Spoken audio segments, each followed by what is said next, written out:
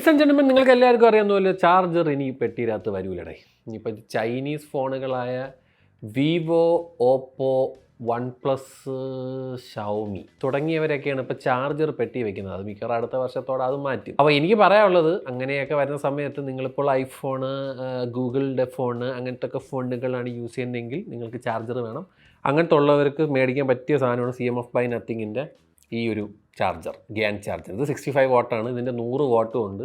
65 വാട്ടിന് 2699, മറ്റേന് 3500 അങ്ങനെ എന്തോണ് പ്രൈസ് വരുന്നത്. വില കുറഞ്ഞ ചാർജേഴ്സും കിട്ടും അവിടെ ഒരുപാടുണ്ട്. ഇപ്പം നമ്മൾ എന്തിനായിരുന്നു, കൂൾ സ്റ്റുഡിയോ എന്തിനൊക്കെയോ ബ്രാൻഡ്സുകളുണ്ട് കേട്ടോ.